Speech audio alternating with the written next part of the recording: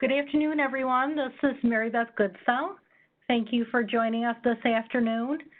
Also hosting with me is Mike Hunter from the board's Customer Support Unit. I understand that some of you logged in at 1:30. I apologize for the confusion. This webinar start time was 2 p.m. We had it posted on our webinar page and also in the eClaims webinar announcement, but I understand that your login came up as 1:30. That was to allow Mike and I some time to set up. So this is our first webinar of 2020, and we're going to be holding these webinars a little differently than we have in the past. We're going to keep everyone on mute throughout the webinar, and you can use your chat feature to ask us questions. You can either send your questions directly to me, or you can send them to everyone. So you can use your drop-down box at the top, or hover over the WebEx tab and click on chat.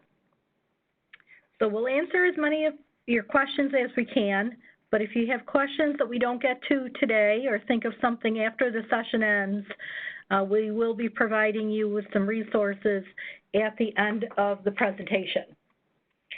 We are working with the board's Office of Change Management as we prepare for our Release 3.1 and the build of our business information system.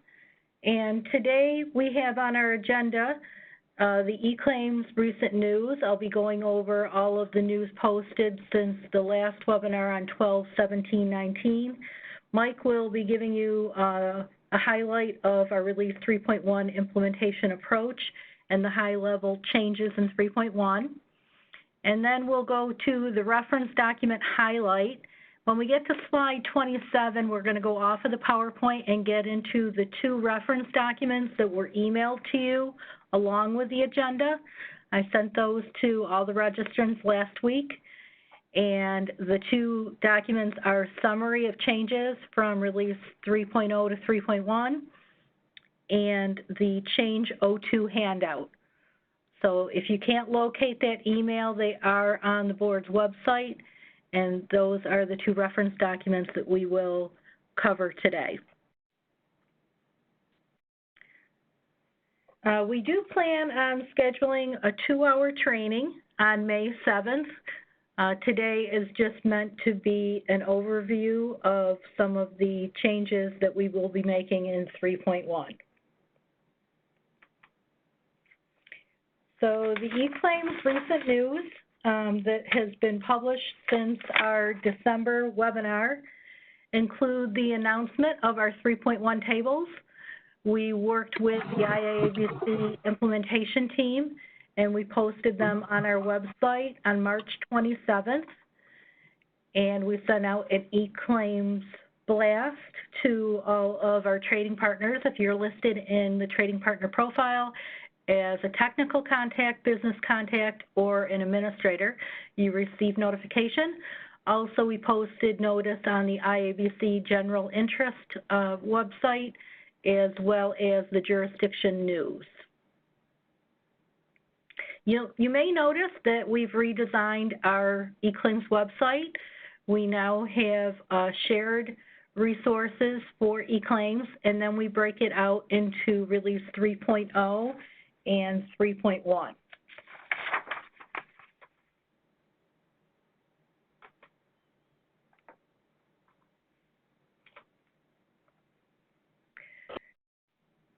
So the most recent news, we announced that we will go back to the webinars on the third Tuesday of every month at 2 p.m. Eastern Time. We were doing that for several years. We cut back at the end of 2019 to quarterly, but we are going back to the third Tuesday of every month again. And during these webinars, we are going to talk about what's changing, going from Release 3.0 to 3.1, how the changes will affect you, and what to expect in coming months. We do have information posted out on the webinar page, and we'll post one webinar at a time, which is a little different than how we used to post them quarterly. previously, and we do have an email, eclaims31@wcb.ny.gov. We still have our 3.0 mailbox, eclaims@wcb.ny.gov, and we're still going to talk about 3.0 during these monthly webinars because we won't be implementing until 3/15/2021, so we still have about a year left to 3.0. So we can't forget that we have a day-to-day process today. These webinars are geared towards working with all of our trading partners, and we do recognize that our trading partners include flat filer, direct flat filers with vendors. Some are New York only, some are national filers.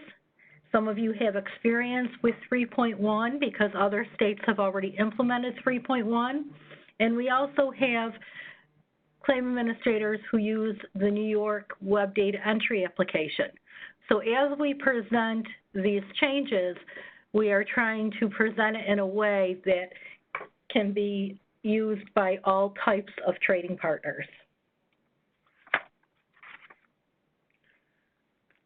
So on November 1st, we did publish an announcement on our eClaims changelog under items 394 to 396. We announced that the manual classification codes were updated.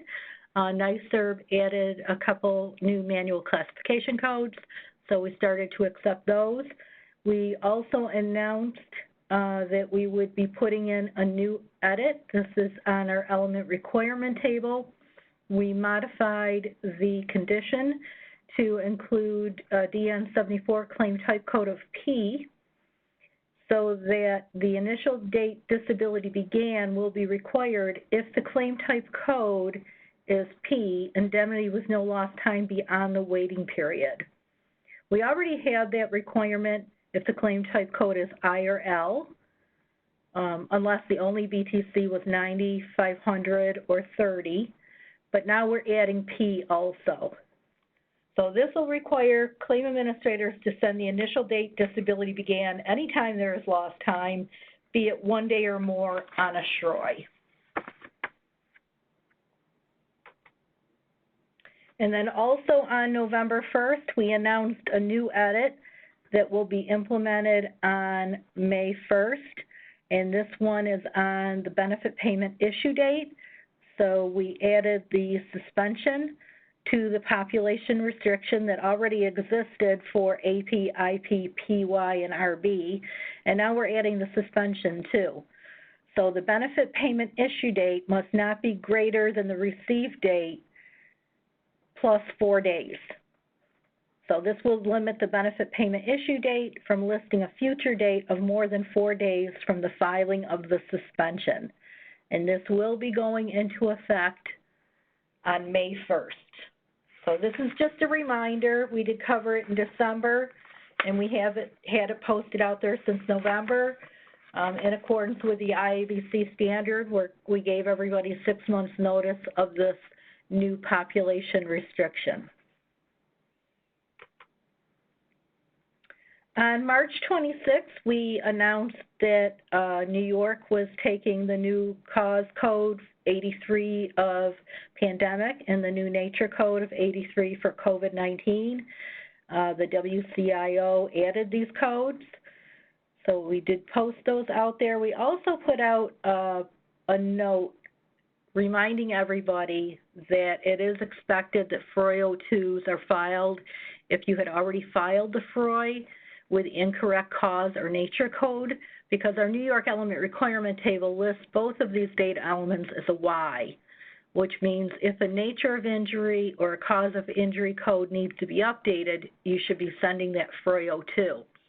So we know that many claim administrators had filed FROIs prior to us getting these in our system. We were able to get them in before April 1st. We know that some of you weren't able to get them into your system until April 1st, but we were able to get them in effective March 25th, and we did notice that some of you started filing right away. But we do ask that if you did file a FROI without these codes, please file your FROI 02s, because we want to make sure that we're getting good data quality on this. We have been running some reports, and we noticed that the codes are not always being used, even today. Not only did we not get the codes prior to them becoming available, but even today we're still seeing that COVID-19 or coronavirus is being listed in the accident narrative description. So we want to make sure everybody understands that we really need to make sure we're using that nature of injury code and the cause of injury code that was added by WCIO. We've also been assembling and indexing quite a few cases based on Form C3s filed by the claimant. So usually only 10% of the cases that we assemble are done based on a C3 from the claimant, because 90% of our cases are auto-assembled from Freud's. But with these COVID cases, we're seeing a spike of not 25%, and we're not getting Freud's on a lot of these. So please, when you get a notice of assembly or a notice of indexing, be sure to file your Freud. And if you get a notice of assembly or notice of indexing and you're not the carrier for that, please notify the board so we can determine who the correct carrier is. But it's very important when you receive the notice of assembly or notice of indexing that you file your FROI.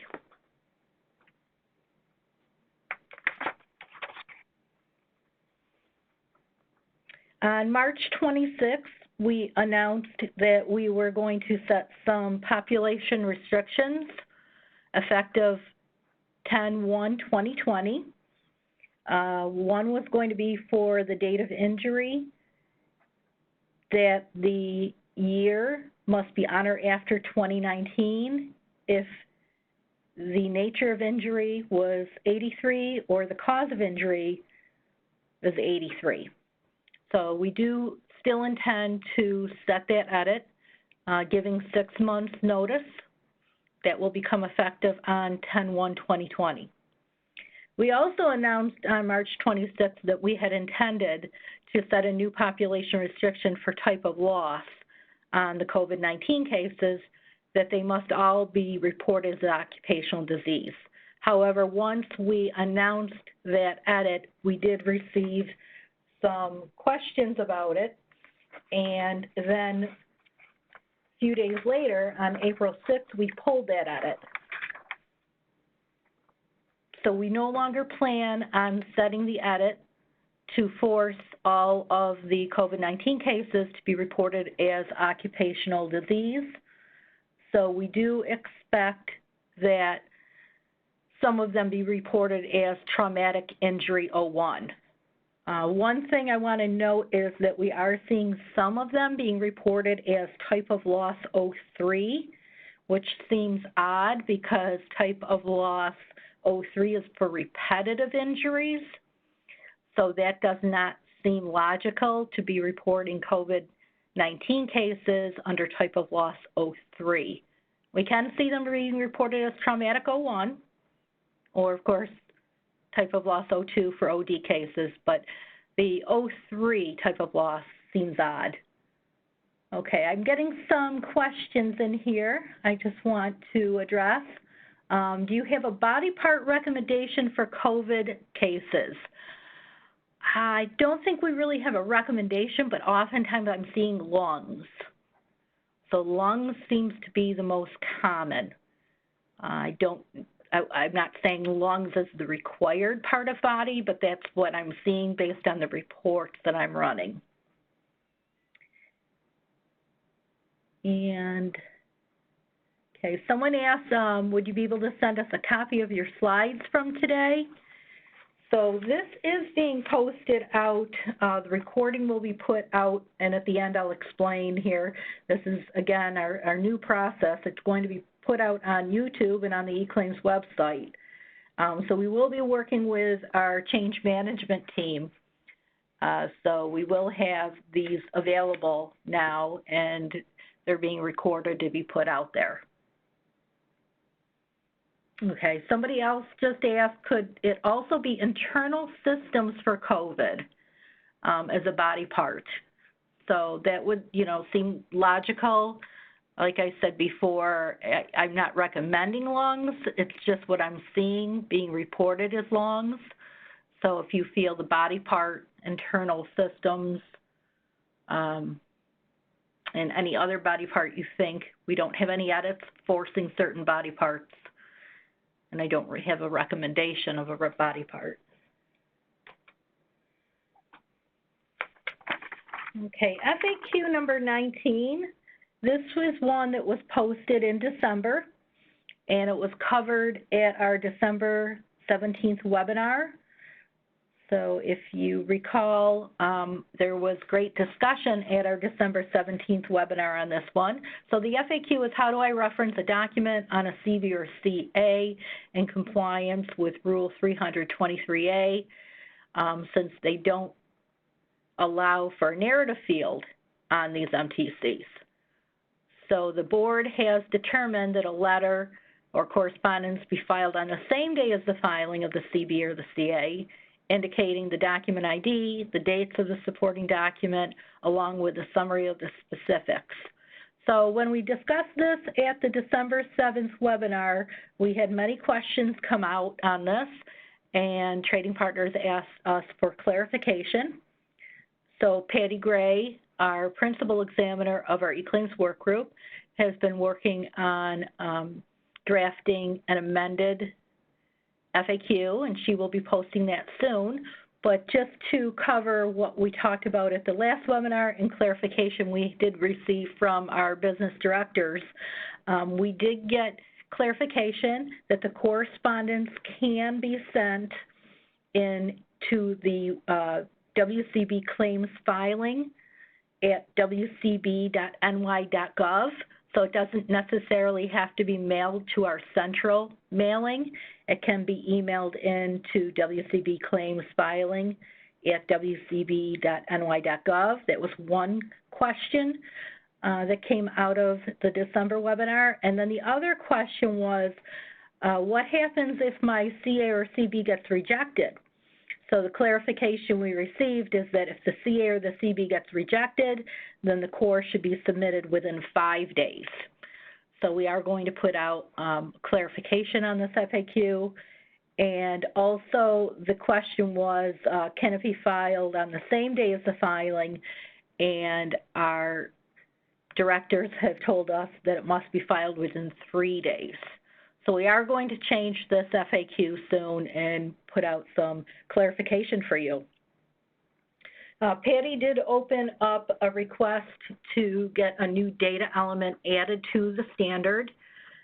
It's on IRR 900 for those of you who are members of the IAIBC. There's a data element being requested for benefit change reason code.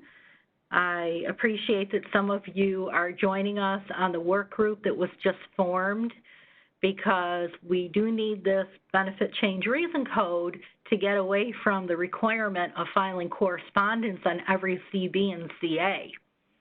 So if you are a member of the IABC Claims Committee and you're interested in joining this work group, please email Greg Lutz at the IABC.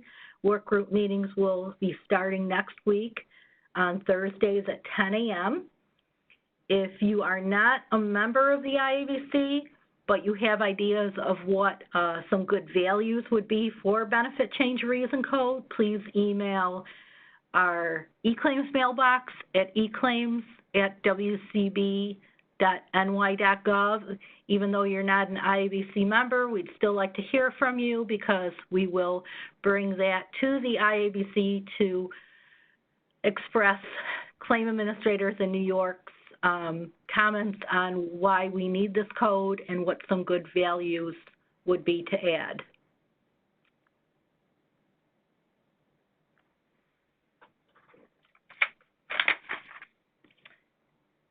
Okay, at this point, I am going to pass it over to Mike so he can talk about our implementation approach for Release 3.1.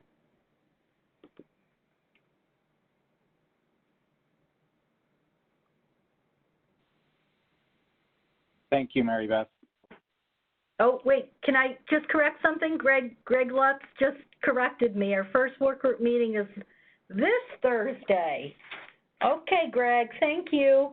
So I thought it was started on the 30th, but Greg just corrected me, and we're starting this Thursday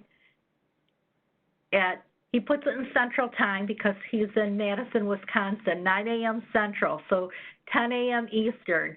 And like I said before, if you are an IA member and you're part of the claims committee, please email Greg Lutz, because we definitely could use some help explaining to national claim administrators or claim administrators who don't even handle New York why we need to get this new benefit change code. And Mike, I see we have another question about that CACB letter. Does a CACB letter need to come after a decision reducing the rate, or just treating medical or an IME?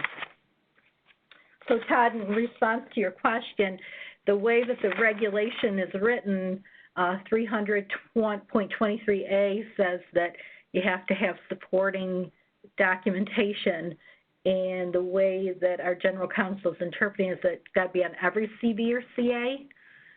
So it's not just after a decision. It's any time you are changing the rate for a CA or changing the benefit type code for the CB, we need to understand why you're changing it. So today, the only way we're going to find out why you're changing it is if you send us a letter explaining why you're changing it. But we're hoping to get this benefit change code added to the standard so that you'll be able to send it to us on the state CA or the CB, explaining why you're making the change by using a code instead of having to send us a letter. And then another question is, does the letter get sent to eClaims or WCB claims filing? So you want to send it to WCB claims filing. That's where you can send any piece of mail that gets scanned into the case folder. So that's the proper email address. Okay, Mike, now I'm going to turn it over to you. Okay. As Mary Beth had noted before, we posted our tables in March.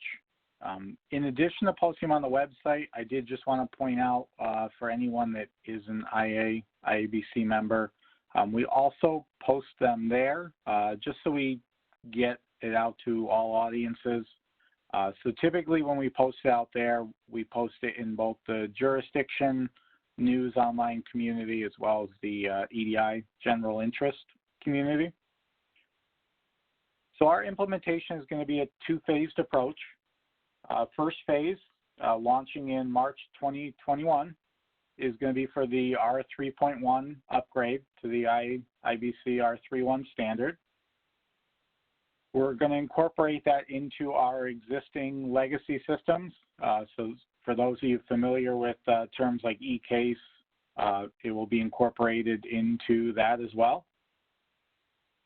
After we implement, we will then work towards revision. So as we need different edits changed or anything like that, we will work towards those minor revisions. And that we're looking at doing in the second half of 2022 when we actually launch our new business information system. When we do that, that will be a web-based system online. So much different than eCase and Java that you are used to today. So just to show you the timeline, right now we're in Q2. We've published those tables. We started our webinars. IABC has done the table reviews for us. Next milestone is going to be during Q3. We're going to start our testing. So we will have a few select trading partners. We've had a few already email us that were interested in being early testers. From there, we'll start the onboarding with trading partners. There will not be a new registration required. Our system is set up so that you will not have to re-register for eClaims Release 3.1. If you have a vendor, very important, we'll be reaching out to the vendor to arrange testing. So as long as that vendor passes their testing, then you are good to go for March 2021. So we want to go over a few of the high-level changes in Release 3.1. Again, as Mary Beth had noted earlier, May 7th, we're going to be doing a more in-depth training regarding these. So this is just meant as a very high level, what's to come. And we'll be talking about these on May 7th, as well as we're probably going to pick at least one topic a month during our future webinars to go in more depth on some of the changes coming. One of the most significant changes for us is going to be that multiple injury sites reportable on that first report of injury. For those of you familiar with Release 3.0, today you know that you can only report one body part and you cannot tell us if it's left or right. You're left to type it in that free text field today and give us a little narrative on the injury sites. With Release 3.1, you can now report multiple body parts. You can report left, right, and you can even designate which fingers or toes were injured if it's specific to those.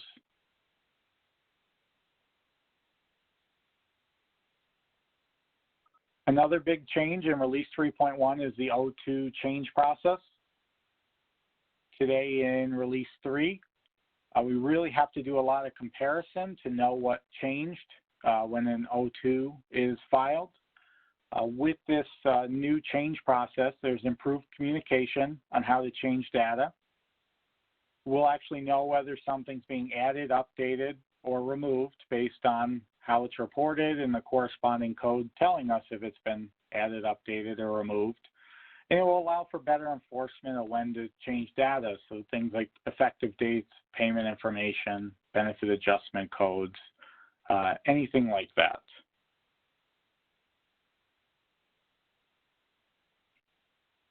The SHROI SA, they will be modifying the regulation related to the subannual. So as of now, they have not posted that. That will be posted for comment. When they do so, I highly encourage that folks register for WCB notifications on our website. It's in the lower right-hand corner, and you can select in there to get things such as regulatory changes.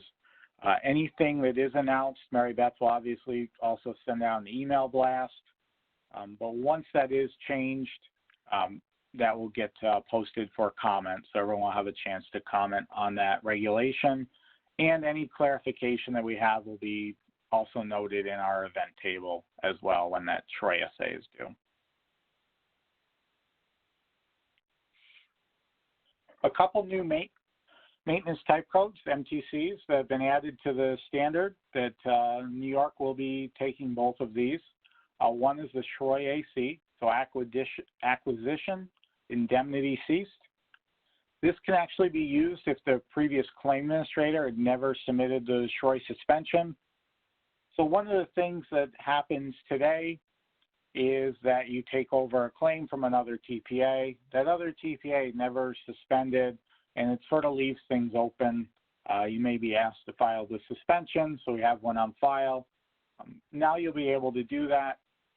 The other nice thing is we'll actually be able to, when you file that initial FROI, AQ, when you file that, we actually return in the acknowledgement file an acquisition status code. So you'll get one that says SHROI due, and that will let you know that you need to file either a payment SHROI if you're still paying, or this SHROI AC. The SHROI sync up. This is really meant to be filed when the claim administrator has identified missed delayed transactions, they're having other data issues, and they need a way to send the most current value of those SHROI data elements to replace that missed and delayed information. And what that really translates into, some of you may be familiar, you're really getting that hole, and maybe it's going to take you 10 transactions to just get everything reset and get back to where you need to be. That's what this is meant to fix. It can only be filed if permission is granted, so you can't just file it without asking first. Once we have a formal approval process on what to follow, we will post that as well to our website.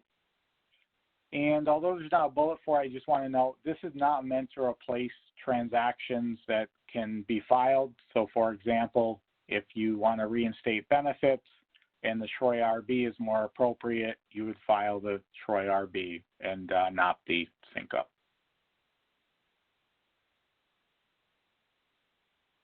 A couple new events, and again, we're going to go into much more depth about all of these on May 7th.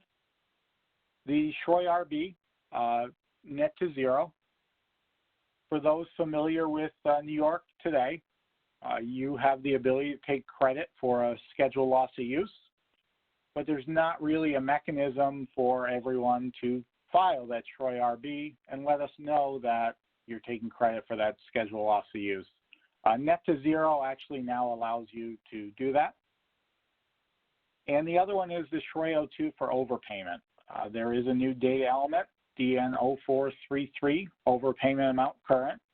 That was added to the release 3.1 standard per our request to be reported during the life of the claim, and you can use that to report the overpayment.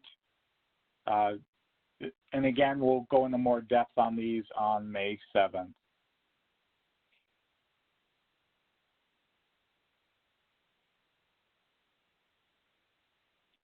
Reduced earnings. The Troy RE was actually retired for release 3.1. The RE segments are now actually reported in variable segments on multiple maintenance type codes. What that means is it's on the different Troys that are filed today now. There is no Troy RE once you move to release 3.1. What this is going to allow is improved reporting over the life of the claim. They replaced the reduced earnings week number with reduced earnings week start and end date. They'll actually let you report the periods for that reduced earnings segment. And it also added reduced earnings net weekly amount due by claim administrator.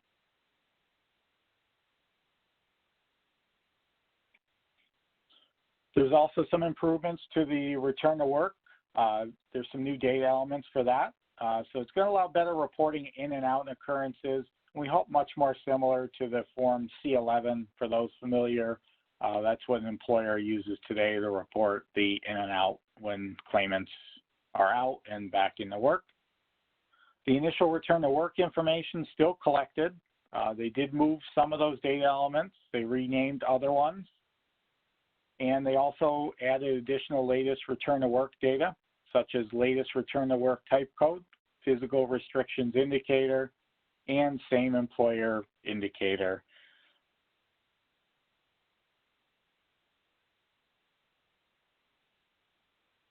There's also some new data elements for suspensions. What you're going to notice from release 3 to 3.1 is the Troy S1 through S9. They are retired, and it is now the Troy SX. Within that, they've now added a suspension reason code. So the S1, S2, and those that you're familiar with are not changing for New York. What is changing is that you'll now use the suspension reason code within that Troy SX. What that allows you to do, a couple things. One, most importantly, if you mistakenly filed the Troy SX with a code of S2, medical noncompliance, and you meant to report that they return to work, you now actually have the ability to change that code. As you know, with release 3, you don't really have the ability to file a Troy S1 after an S2, for example. The other thing is there's longer narratives. They increase them from 150 characters to 500. So you have a little bit more there to report if you need to communicate more suspension information. For schedule loss of use, they have a few new data elements for this as well. For permanent impairment body part, there's still Troy DNs. The big change is now multiple body parts can be reported, and you can also report left, right, or bilateral, and they added those same finger toes location codes. The importance of this is it allows reporting of the percentage loss of use for multiple body parts. For those familiar with release 3, today, if you have an arm, you can report arm, and if it's, let's say, a 50% and a 60% schedule, you're stuck reporting that 100% because you can't go over it. Now you could actually report it as left arm 50%, right arm 60%, and be more specific with what that permanent impairment is.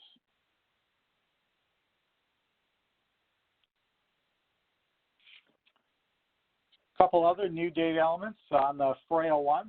You're actually able now to communicate the cancel reason. So rather than just filing the 401, you can actually let us know why you're filing that 401. A couple of the codes are duplicate combined claim. So if we cancel and combine a case, you could cancel out that other one if you need to. Jurisdiction wrong changed. So for example, if it's a federal claim and you accidentally had filed something, you could then use that, and not required by jurisdiction. The other new information is on death cases. They added dependent information. So you now, on a death case, can report the dependent's first name, last name, and date of birth. There's a question about whether 401 still required WCB approval before filing. I've been out of eClaims for a few years, but when I was in eClaims, we did not have to approve the 401 filings, but I'll defer to Mary Beth on that if something changed in that regard. No, we don't require, there's no approval process to file the 401 today. The only edit we have on there is that the 401 will reject if there is any other MTC accepted in the case besides the 400, or if there's any paper documents in the case. So it is very limited when a 401 can be accepted, but it's no prior approval process in place today. I'm going to go back to some of these questions that came in while you were talking, Mike, about the CA and the CB before I get into talking about the reference documents.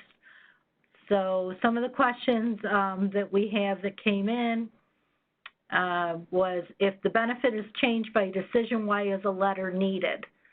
So I want to go back and remind everyone that the reason why that FAQ was posted out there was to support Rule 300.23a. So based on 300.23a, there are certain requirements regarding supporting documentation. So we did have a case where a carrier reduced the benefits and didn't reference where the supporting documentation was. And because it was a CB, there was no place for them to document in a narrative field. So that's where this FAQ came about, is that a core had to be submitted in those situations. So whenever you're complying with 300.23a and filing a CB or a CA, that's when you need to send in the core. So I'm not an attorney. I'm not going to sit there and read 300.23a to you or tell you how to interpret it, but I can tell you that this directive is all about that rule, and that's where we came up with this workaround to do a core, and why we're hoping to get this new benefit change code added to the standard, so you won't have to send in correspondence every time you need to submit supporting documentation, so that you're meeting the requirements of Rule 300.23a. And then the other question is, so board form needs to be sent when doing a CA and a CB. When do docs for CA and CB have to start, and is that the wage form? Okay, this one was sent privately to me, and I'm not sure I'm understanding the question correctly, so the person who sent it to me maybe can clarify that a little more. They're asking, is that the wage form? So one of the values that we're asking on that change benefit reason code that we have pending on the IRR is a wage statement, because sometimes that is one of the reasons why you're changing the rate. So that could be one of the reasons, a wage statement. So, okay, she just wrote in, so what document needs to be sent? So I think I'm answering her question. So yes, wage statement, medical documentation, IME is the most common reason that you're going to make a benefit change or even a rate change. If the claimant is partially disabled and goes from a 75% to a 50%, it's still temporary partial, but you're going to change the rate. So that's probably the most common reason, and that's on our draft IRR right now for a benefit change reason. Okay, we have, just want to make sure I'm not missing any questions. I think there was one up above too. A few came in while you were talking here, Mike. Please address whether the CA and CB is required, mandatory, or just an option, as it appears to be stated via the language shown on that screen. So I'm just going to tell you that the FAQ was put out there to support 300.23A. So the way we're wording it is that this is how you can reference a document on a CB or a CA in compliance with 323A, since there's no narrative field on the CB or the CA. So we're just giving you a way to report it in Claims EDI, because there is no narrative field on those MTCs. So going with what happened to a claim administrator, and that they didn't have any place to put in a narrative field on a CA or a CB, they came to us and asked us to come up with some sort of a workaround. We worked with our directors, and this is what we came up with, and then subsequently opened up a request with the IABC to ask for a change benefit code, so claim administrators don't always have to send in that correspondence. Okay, question, if the claim type code is P, if claim type code P must be filed on a SHROI 02, what is the timeline to file the SHROI 02 updating the claim type code? So on our element requirement table, we have set as immediately for all of our SHROI 02s. We don't have a specific timeline set for those, for any of the 02s. So there's really no timeline, but I can tell you that monitoring unit does look at the initial date disability began in their reports. So this is something that the monitoring unit had asked us to put in the new requirement, so that the initial date disability began was going to be reported even if there's 1 day of lost time. Okay, at this point I am going to go into our reference documents. So the two reference documents we're going to talk about today are the O2 chart and the summary of changes from 3.0 to 3.1. So these two were attached in the email that was sent to you with the agenda, and hopefully you have those in front of you. We are going to go off of this PowerPoint a little bit, and we're going to go over to the board's website to look at these handouts. So these are two new reference documents that we created specifically for Release 3.1 to help you better understand some of the changes in 3.1. As Mike and I have been talking about, we are going to have a 2-hour training course on May 7th. So we will go into much more detail about all of this. But the chart for the O2 was created to help you understand when an O2 needs to be triggered, because in the standard they have what's called reportable change codes. So New York is accepting 7 of those reportable change codes. So we filtered down the element requirement table, and we listed the 7 that we're going to be using, and we also reworded the definitions of these codes to try to make it clear to you that a K means required change on a FROI and a Y means required change on a FROI or a SHROI. The YG has certain exceptions, and the I can be either on a FROI or a SHROI, you decide. A B means set by the standard. We put that in red so it really stands out. An N means no change allowed. If you send it to us, we'll reject it. And an H means no change required. We won't reject it if you want to send it to us. So I am going to go over to the actual document. This link is going to work.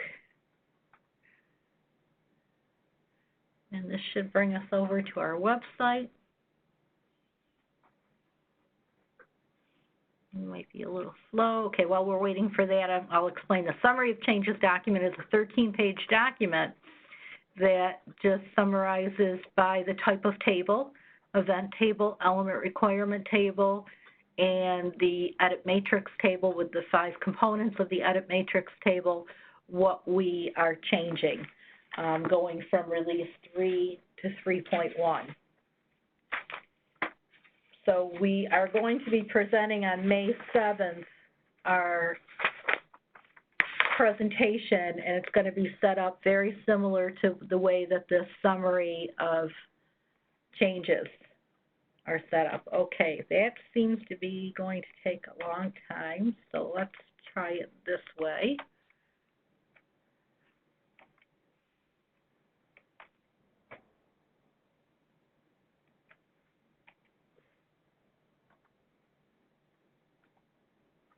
All right, I'll go right to the element requirements 3.1 page, and we will open up the chart from here.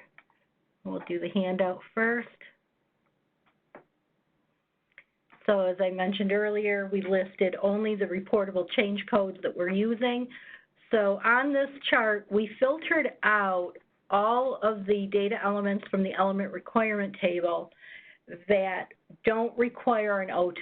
So anything that was like an H straight across for add, update, remove, delete, or an N, so meaning that we don't want to change or will reject a change, is not on this list. So we have them listed just based on how it's listed on the element requirement table, based on the record layout. It lists FROI, SHROI, or both. And this is new on the element requirement table too. So here you can understand that I'm going to use this first one as an example because it's a very good example. The insurer FEN, DN006, you can, if you send us an ad, we're going to reject it. K is update, meaning it's required on the FROI. So even though this is a FROI and a SHROI data element, you're only going to be able to update it on the FROI. So this is new for New York because in 3.0, we let you update the insurer FEN on both the FROI or the SHROI because it is a data element on both. But in 3.1, for business reasons, we're limiting that the insurer FEN can only be changed, can only be updated on the FROI. And then you can see a lot of removes are set by standard, pretty much everything. Remove is set by standard that it's restricted, so you can't do that on anything. And then delete, we're not going to allow a delete on insurer FEN. I mean, it makes sense. We're not going to let you add one or delete an insurer FEN, but update is what we will allow on insurer FEN. So as we get through and talking about the reportable change codes on May 7th and doing more training and explaining about add, update, remove, delete, and the change O2 process of 3.1, I think it will be a lot easier for you to understand. But those of you who are already familiar with the 3.1 changes because you're filing in other states, hopefully you'll find this a helpful reference document that New York created to try to help you understand only when we want the O2 code changes. But this is something that we will go into more detail on May 7th, especially for our training partners who are not familiar with the new Change 02 process. We will get into some of the conditions here when we get into where we say MC274, so that's a condition that's set by the counter. So number of description narratives, counter 274, and body parts. And when we get into that, it'll give you more specifics. Okay, the summary of claims document is the other reference document that I emailed you. I mentioned it's a 13-page document separated out by table. We have the event table, all of the new FTCs we're adopting, the AC and the sync up, then the new events that we're going to be adopting, the RV with the net to zero concept, which is a new reduced benefit amount code, and then the SHROI 02 for the overpayment. Overpayment is a new data element. And then modifying the SHROI SA, we will be posting out on the register, out on our website, the new modification to 300.22 F3 for the new SHROI SA events. It will reduce the number of subannuals required, since open cases without a directive will no longer be required. So you'll be required to file fewer subannual reports with this new regulation. Then the element requirement table will go through some of the severity ranking changes. We'll talk about the new data elements that start with 400 and how New York plans on using some of those, not all of them. You can see DN 437 we have listed as NA, so we're not using that new data element, or 438 collective bargaining agreement. Even though it was added to the standard, New York does not see a need for either of those data elements. And then there were some others that were added to the SHROI. We'll be going through all of these in our training. And then we'll get into the edit matrix, and we'll talk about the valid value table. The valid value detail page used to be called the quick code reference list, and now it's part of the edit matrix, and the IBC standard systems committee changed that into a new worksheet within the edit matrix. And then the DN error message, we added a few standard edits in accordance with the changes that the IABC made within the national standard. So this summarizes the changes we're going to be making on the standard errors. And then the sequencing table, we've made a few edits on that. And then population restriction table. So today is just the high-level overview, but we will get into more details when we do this actual training on May 7th.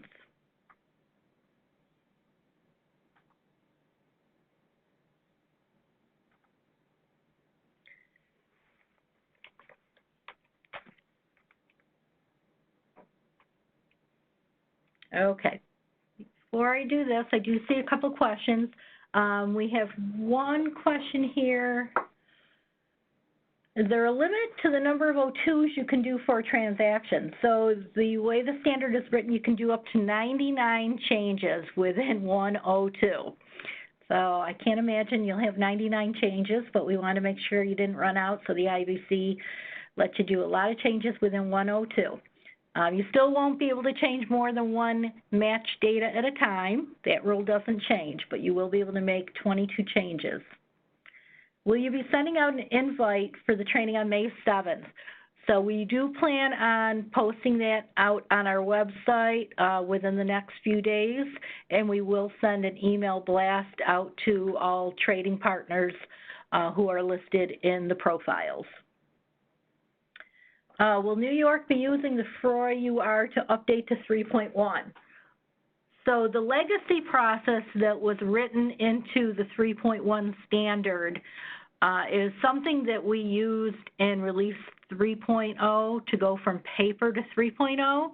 So we do have our legacy plan out there on our website. Our plan is to continue using that same process and going from paper to 3.1. So we're not going to use the UR legacy process as written so much in the standard. We're going to be using it UR grandfathered. So it's still for the purpose of legacy, but we're using it as what we're calling a grandfathered. So if you look at our element requirement table and you look at our legacy document, you'll see that it doesn't exactly match what's in the 3.1 because we already had a legacy process in 3.0 in New York. Can you summarize the essay requirement changes briefly before the training? So, Mike, is this something you feel comfortable answering? Mike is the one that's been doing a lot of the work on the essay, so this might be a better question for Mike. I think this was asked before you talked about the essay briefly there, Mary Beth. Okay, so maybe I said enough about the essay. So we did have it, you know, I highlighted it in the summary document. So yeah, if you look on page 1 of the summary document, you can see that gives you an overview of the modified event. Look under for initial summary report and then for subsequent summary report. So Kevin, you sent that question to everyone and hopefully that will answer all your questions. Okay, just to clarify, claim type code of P cannot be updated on a FROI 02.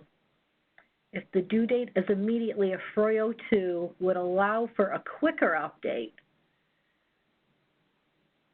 Cannot be updated on a FROI 02. I'm trying to figure out why it wouldn't be able to be done on a FROI 02. I'm trying to think of the logic on that.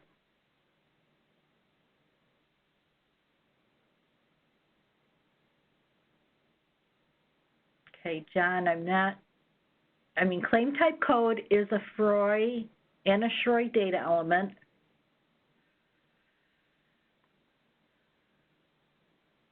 Okay, so he's saying the event change table says it must be reported on a SHROI.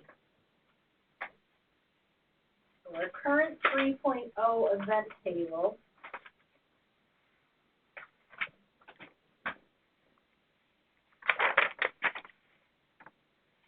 and we don't have an edit that prevents it from being on a SHROI. Okay, I do see it listed on our event table under FROI.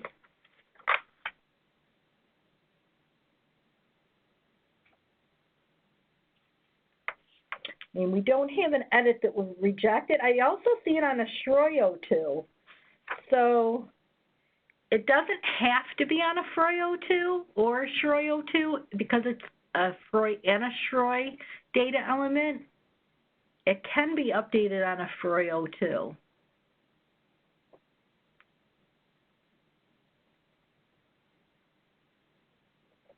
And that would be regardless of what the date of injury is. We do have a lot of population restrictions set on claim type code and agreement to compensate code when we changed over to the concept of acceptance based on the date of accident prior to 1/1/19 and on or after 1/1/19. So without taking that case specifically, it's difficult to answer a question like that in general terms because the sequence of events that happen on a case with the agreement to compensate code factored in and the date of accident factored in, you could hit population restrictions. So if you were to get a rejection and you can't figure out why you get the rejection and you're hitting an edit that you don't understand why you're hitting, please email the eClaims mailbox and we can always help you understand why you're hitting that edit.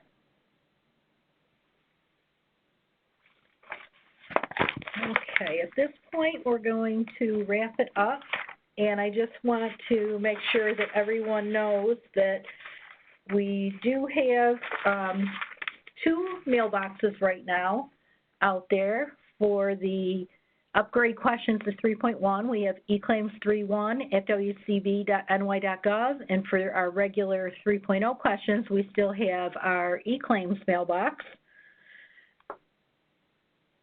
And you can visit our website to stay up to date on the eClaims news.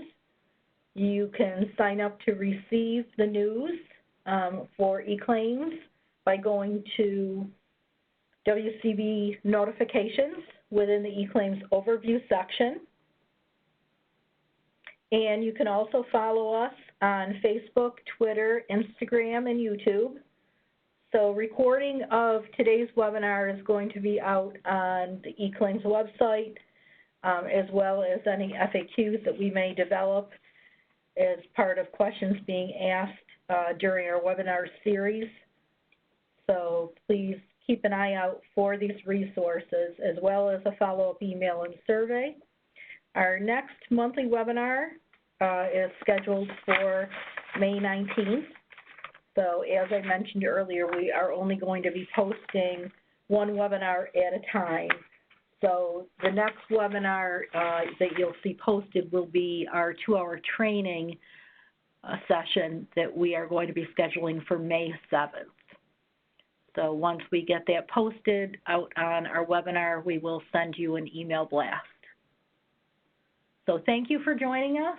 And again, if you have any questions, please feel to email us at one of those mailboxes. Have a great day.